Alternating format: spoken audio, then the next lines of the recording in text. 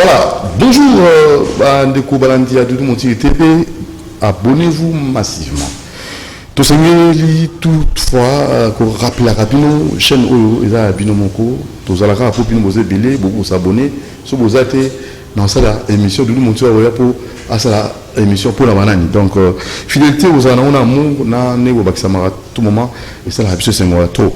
Alors, tout bêta c'était le lot na actualité. D'abord, tout bêta c'était na état de siège, et ça a décrété na Nord Kivu, tout le monde a quoi, bah, pensa est-ce que ça pousse à peuple et na élève bah c'est na qui me connaît pas kuna pour na promesse à Salaki Bango.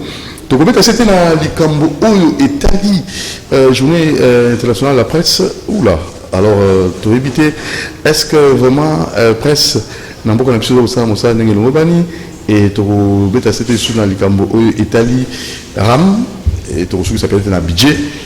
Moi, je vais mettre Loulou au Toulambia. Je crois que passer casse à Robatsama pour sa commis pour la décision. Tu vois que la Doudou TV chaîne YouTube et la Madame Mingi. Bonjour maître Loulou. Bonjour Ndeko Doudou. Santé ça bien?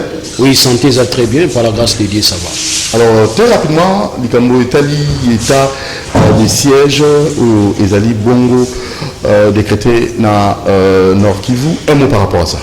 Bon, état des sièges Ezali quand un état est assiégé. Tant en situation commis dans difficulté makasi na ko gouverner, tant au dysfonctionnement et salami, non soana yango expulsaka na situation et salamaka wana base de mesures exceptionnelles et lequel mesures exceptionnelles to bengango ou soit état d'urgence ou soit des états n'est-ce pas état de siège. Et ce qui est un peu tout le bas parce que c'est comme si les gens empêchent les autres de parler, tout bana rulubaka. Na otali état d'urgence et tout ça la maliboso na niveau ba moko ba paya basali o ba bengi état d'urgence sanitaire, c'est-à-dire sur le état d'urgence sanitaire et ali tout simplement copier ça aspect to copier ça to bemani ko ajouter adjectif moko likolo état d'urgence pour permettre à bato wana quelle situation état d'urgence. Parce que l'état d'urgence, c'est une chose à laquelle vous avez décrété suite à incendie, salami. L'état d'urgence, vous avez décrété suite à calamité, inondation, vous décrété. Mais l'état d'urgence, vous avez décrété que la fois passée, vous avez état d'urgence lié à la situation à Covid. Vous avez un état d'urgence sanitaire. Mais pas dans le but de déclarer qu'il y a un sanitaire. Je ne sais pas pourquoi. Mais dans le niveau de France, vous avez un état d'urgence sanitaire. Pourquoi? Dans le gouvernement, ils ont une décision. Il y a que déclarer état d'urgence, qui na situation n'est pas à législateur. Pour nous conseiller à législateur, il mesures pratiques, mesures d'application compte tenu de la situation sanitaire autres. C'est ainsi en France, il y a un état d'urgence sanitaire. Donc il y a dit tant le gouvernement, pouvoir exécutif, le pouvoir législatif et le pouvoir judiciaire peut être pour protéger les libertés individuelles pendant cette période. Parce que constituer l'ingagi kotika le boko pas à pouvoir exécutif à se comporter comme seul. Bah ici que on peut travailler en connivence, en collaboration, na pouvoir législatif, na tinete ba contrôler comment est-ce que on ça là na période. Parce que na période où état d'urgence, ils allaient période où ba droit ba bengango, certains droits sont restreints. Ba kangi ba droit mususu comme droit à manifestation, comme droit à la liberté d'expression, liberté à la presse, empêcher la presse pour décourager la population. Donc il y a un autre lobby qui est dans état d'urgence de manière générale, tu dois comprendre que l'exécutif a travaillé à tika législatif à côté, et puis bazo violer la la période où on a bazo violer la droits fondamentaux, sous regard silencieux, il y a pouvoir judiciaire. Autres alliés, état d'urgence de siège, état de siège plutôt. Dans l'état de siège, c'est tout à fait normal. Pour Nanga, je vois peut-être des aguets retard. Il faut décréter déjà là. Parce que la situation comme qui n'a qui vous n'a bien comme qui tellement explosive que les questions il faut que placer qui non qui vous n'a bien dans la situation où il y a vérification pour permettre à ce que tout ait. On regarde l'article 144 de la Constitution lobby, quand on décrète l'état d'urgence ou l'état de siège, Parlement il faut s'angana. Balobini, Parlement il faut s'angana. Ceux qui parlement ils dans la session ordinaire, bako sangana lisusu pour balobela likambo. Mais ceux qui parlement dans la session ordinaire ils en vacances, loi lobby d'office. Il faut que ba benga congrès pour congrès sangana il va avoir des mesures pour permettre d'accompagner l'exécutif Nabiso. Malheureusement, le chef de l'État, à l'état d'urgence, a déclaré qu'il y a un vendredi, à l'hôpital de la ordonnance, et l'ordonnance qui est bimi. Normalement, le Parlement fallait avoir une collaboration dans l'exécutif. Donc, il faut s'en déjà pour avoir des mesures. Pour une fois, tu que l'exécutif, le législatif, parce que si nous avons toléré à ce que l'exécutif a des décisions dans l'état d'urgence autour de c'est parce que les deux textes animateurs il y a Parlement, à l'occurrence Mabunda, Nata Monomba, c'est comme si qui va objet à conflit dans la institution. Ils sont allés presque défier le chef de l'État. Alors, mandat est à chef de l'État. Nous sommes dans un système mixte. Mais il faudrait que Bango va collaborer pour permettre à ce que l'harmonie soit là. Le cas là, constitution de M. qui m'a exposé les motifs, il faudrait qu'il y ait l'harmonie au niveau de l'institution. Les Bango va sur la guité, parce qu'il y a un penchant mingi dans la partie politique de Bango, où il y a un CP là, que le chef de l'État a joué le côté pour le bilan négatif. Donc voilà un peu de manière ramassée. Merci Miancé. Et Pasteur Casse, au Pétouzani Nayawa, Pasteur Casse, tu nous as d'abord bonjour Pasteur Casse. Bonjour. Quand même, les Cambodgiens Nord, Kivu, et c'est que tout le monde a un boucan, ils ont la bine Bangaba, c'est l'Anzambé. État de siège, est-ce que les lots Nord Kivu, aux années qui étaient kidnappés le quota, n'a négocié mon canouana pour décréter état des sièges dans Nord Kivu? Oui, il pourra y avoir la paix. Qui m'a écoqué pour quota. Na Nord Kivu, pe na Sud Kivu, ndenge ezalaka liboso.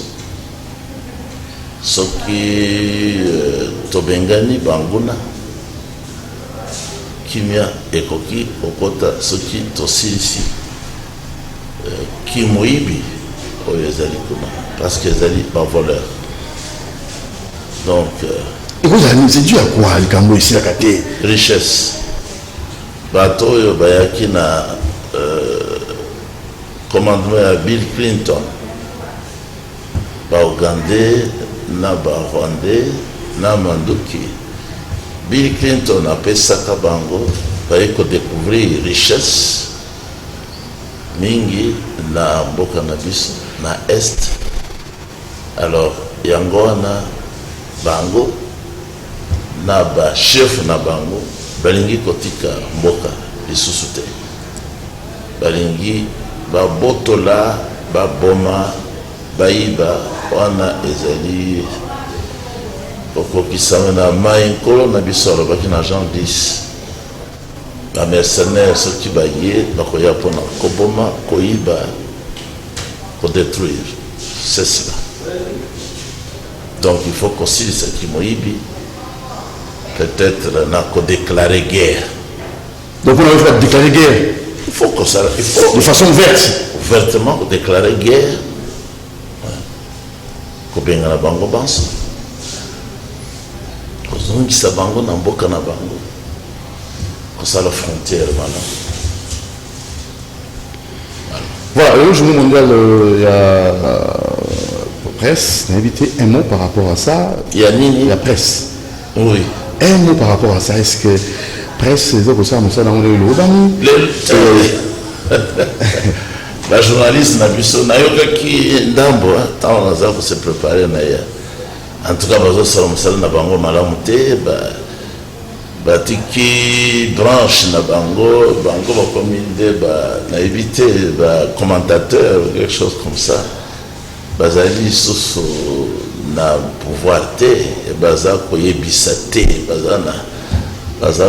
bazana liberté te ya ko pesa information, ya ko critiquer, ya ko juger, ko informer. Journalisme n'est pas un abisso, na éviter. Alors pour les bons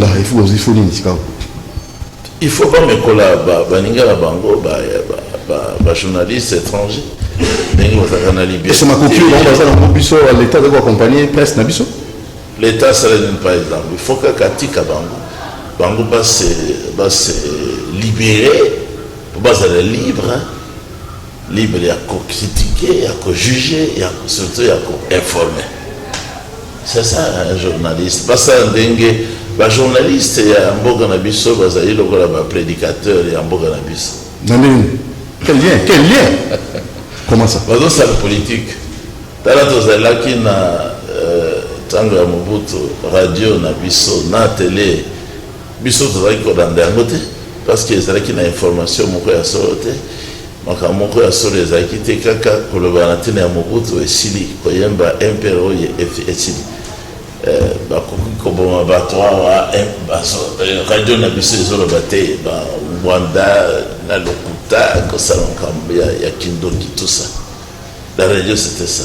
Les journalistes sont restés comme ça, comme les prédicateurs de dénomination. Ils sont comme envoûtés, ils ne savent pas ce qu'il faut prêcher de la Bible, ils font la politique au lieu de prêcher la parole. Les journalistes font autre chose au lieu d'être vraiment des journalistes. Voilà. Maître Loulou, c'est parti. Donc, la journée mondiale la presse, la journaliste Nabiso, comment sauver notre presse, comment soutenir en fait pour la journaliste Nabiso. Vous allez voir ça dans la situation très très difficile, dans un contexte très très difficile, à partir du moment où journaliste a commis le choix. Ya kosala ou bien na kota na binaka ou bien na lobaka vérité. Or vous avez une obligation à former na ko informer. Donc ceux qui journalistes a comme un dilemme wana ya ko yebate ceux qui abinaka yepe na jalelo ou bien aloba professionnalisme nous sala ninga tangaki, ça déjà c'est un vrai problème. Et ce problème ne peut être un problème qui à partir du moment où journaliste azana ba moyen te ya ko se subvenir pour permettre ya sala musala dans la toute éthique, éthique, le professionnalisme, ça pose déjà problème. Vous êtes confronté à trafic d'influence, vous allez confronter à menace, chantage, et tout ça, ils allaient vous permettre de noter. Si du moins l'État pouvait subventionner, on peut un exemple de Bosso, Radio France Internationale, mais les gens ne posent pas la question comment est-ce que Radio France Internationale fonctionne. Vous allez remarquer que la publicité est vraiment exagérée. Que la publicité, Coca-Cola, Mela, Tsogi, Fanta, rien. Mais il va et Bazan a envoyé spéciaux dans le monde entier. Ça aussi, il a fait sciemment pour affaiblir, pour Bango, contrôler la bisso. Est-ce que ce sont nos dirigeants qui ont accepté, à la banque pour contrôler le Bango, ou bien c'est comment? Mais qui peut accepter ces forces? Vous appelez, vous soulevez la commission. L'un n'a pas accepté monter à contrôler à la force.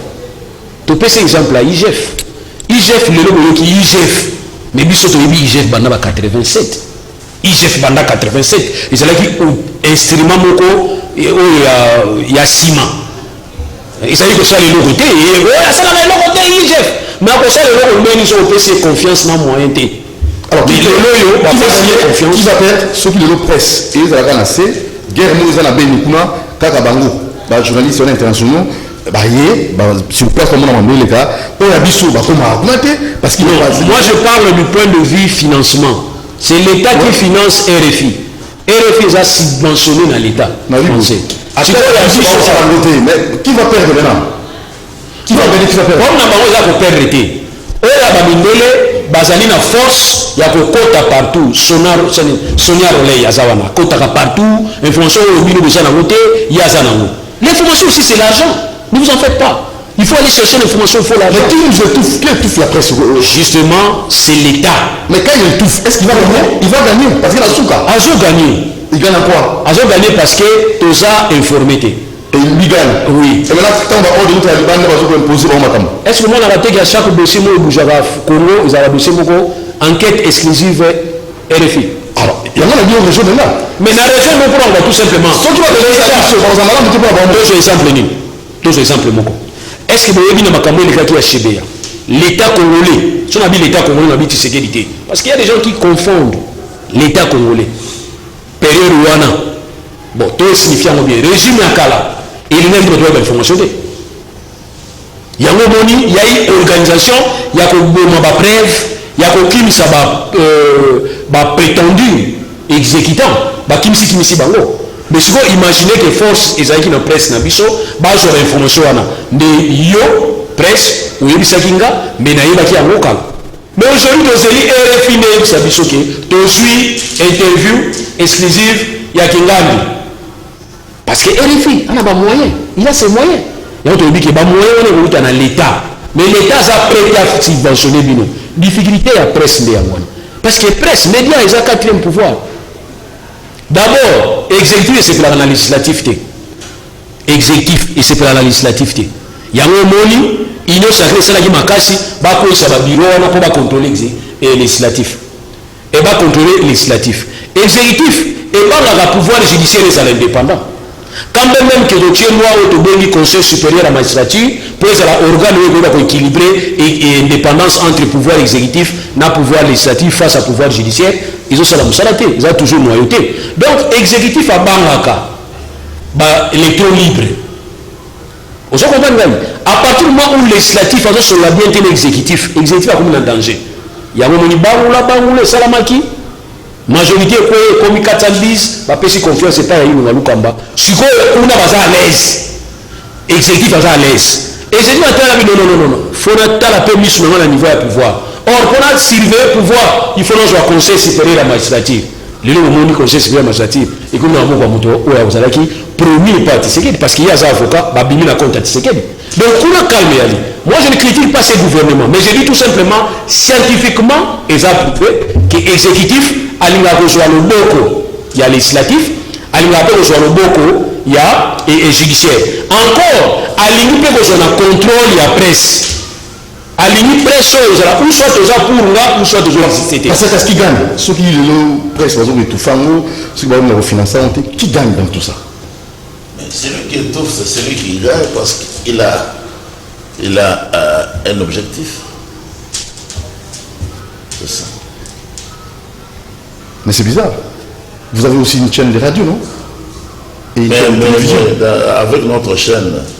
Voilà pourquoi on nous a arrêtés, on a fermé, parce que nous, on est libre. On fait notre travail, on prêche du matin au soir. La vérité. Rien que la vérité. Ce qu'il faut critiquer, on critique. Voilà. On a peur de personne.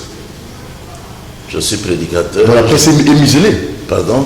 La presse est muselée. Oui, on a recommencé les démarches pour continuer notre travail. Et vous avez vu Patrick Mouya? Non, j'ai vu son image aujourd'hui, je le connais.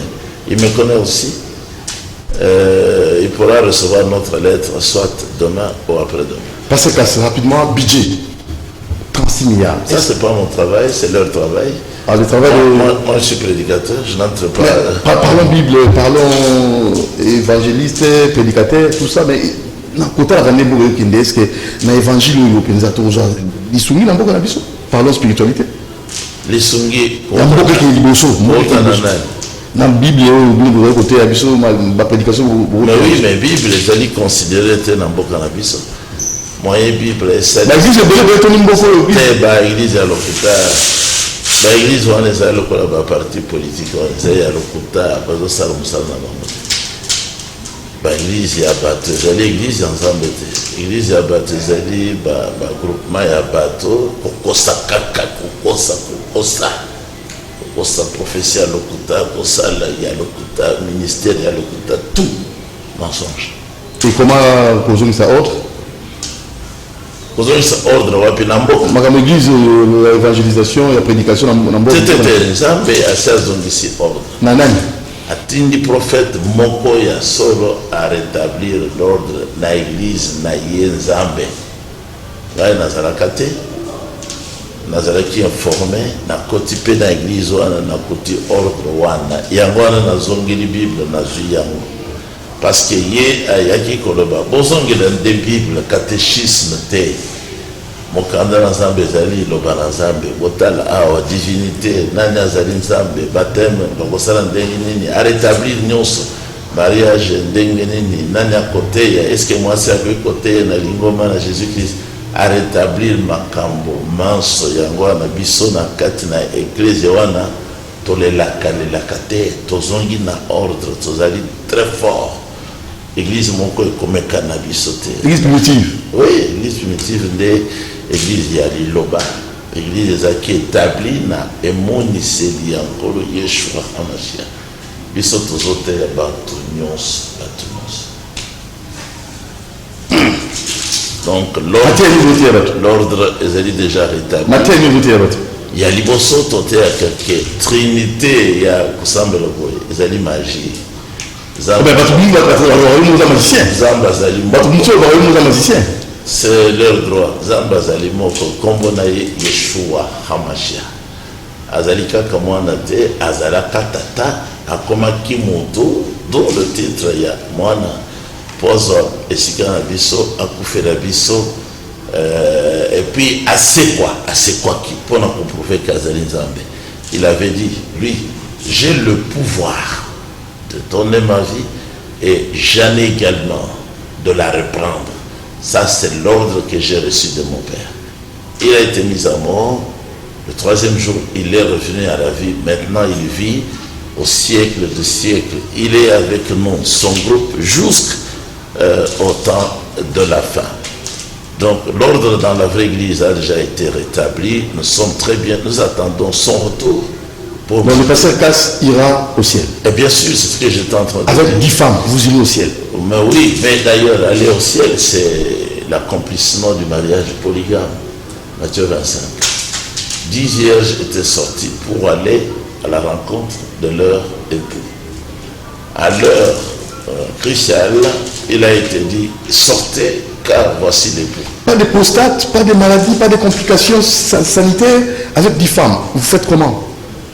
Comme la Bible le dit. Vous avez la prostate, hémorroïdes, hernie, tout ça, rien. Mais au sein de la maladie de prostatique appelée, bon, c'est ça, prostatine ou prostatique, c'est une maladie, c'est une défaillance. Souvent, ça vient chez les monogames et chez les célibataires. Oh, donc pour avoir cette maladie, quand vous n'avez qu'une seule femme. Mais oui, parce qu'avec une femme où vous êtes célibataire, bon, vous ne dépensez pas assez d'énergie. Vous ne dépensez pas et ça s'accumule de votre sang, ça s'accumule et puis ça va vous causer des complications. Tandis que celui qui utilise, qui dépense, le Seigneur lui ajoute toujours. Il dépense, le Seigneur lui ajoute. Il n'accumule pas. Alors, votre numéro de téléphone pour clore, tout le monde a information. 0 99 99 199 58. Comment répéter 099 99 199 58. Merci Pasteur Casse. Mettez-nous budget imaginaire ou réaliste? 36 milliards, 12 milliards l'an. D'abord, le budget, c'est d'abord un problème de discipline, un problème de respect des affectations. Et quoi? Parce qu'il y a une limite. Non, non, budget, c'est un problème de discipline, un problème d'affectation, il y a une priorité, il y a une urgence. Et c'est exemple. Ce qui est au salaire, il y a 500 $, il y a 100 $, il y a 100 $, madame 100 $. Ça va dépenser en dako. Il y a biso en dako. Futandako makamunyoso. Yo suis 500 $, ou l'équipe dans grand hôtel, ou l'équipe dans vieux de Lubalu, dans chez les basiliques, aussi ici à Mokuma. Aujourd'hui, on a 20 $ dans dako. Tant que vous avez dako, banana ni bakolia malam. Banana yo bi banana. Donc, il y a un budget pour une affectation. En Angola, il y a un budget pour les biso même pour faire 4. En Angola. Mais Angola, il affecte un budget dans l'armement. Il y a un Angola, c'est la plus grande armée d'Afrique centrale. Tandis que biso, le moins 4 balles dans biso, on a tous les gens. Tu as vu côté où il te monique, tu comme solité. Dans le niveau Angola, biso dans la frontière d'Angola. Au moment où nous avons Angola, il y a une maladie, il y a aussi Sangala. Il y a typhoïde, malaria. Bagonokosi, basoful, bazota na kuna za traitement awa, kuna traitement malunga ezate. Donc tout affecté mingi. Et aussi, nous pouvons profiter de cette occasion pour féliciter bato DGI. Ba signation bazarana yango, ba triplé yango. Moi je me dis, ba triplé yango tango nanu ba encourager ba noter. Imaginez que ba encourager ba na mibali wana. Donc ça veut dire pour clore. Donc pour dire tout simplement pour nanga na 15 milliards moko to bongisaka chaque année. Somme to tcha moi discipline. Budget à 12 milliards.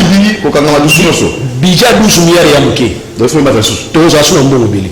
Pourquoi? Parce que na moni ba mbongo tozokoka comment voudrez-vous na mbongo na biso mutu moko aza na mbongo koleka leta azwi yango wapi voleur mutu aza na mbongo koleka leta voleur eza sens te mais na bapays communiste so oza na bavoiture 5 baotuna oganyaka vi ndenge nini salaire ya nini so olobi ke o naza na mando na nanga nakozwa ye kote ya bandundu tokoyebisa yo tozokanga mando na wana tokomisa ministre ya finance po agérer banque centrale abimiselaka biso mbongo ya pesi yo apesaka mpe biso yango na banque centrale donc pour dire que tozala sérieux na recouvrement ya mbongo bokomona ke 12 milliards eza moke on peut avoir plus. Merci maître Loulou, merci pasteur Casse, merci Naba Ndewens Boulandi Bisso. Doudou Montir vous aime beaucoup. Abonnez-vous massivement sur Doudou Montir TV, abonnez-vous massivement sur la chaîne que vous suivez. Ciao, prochain numéro avec d'autres invités.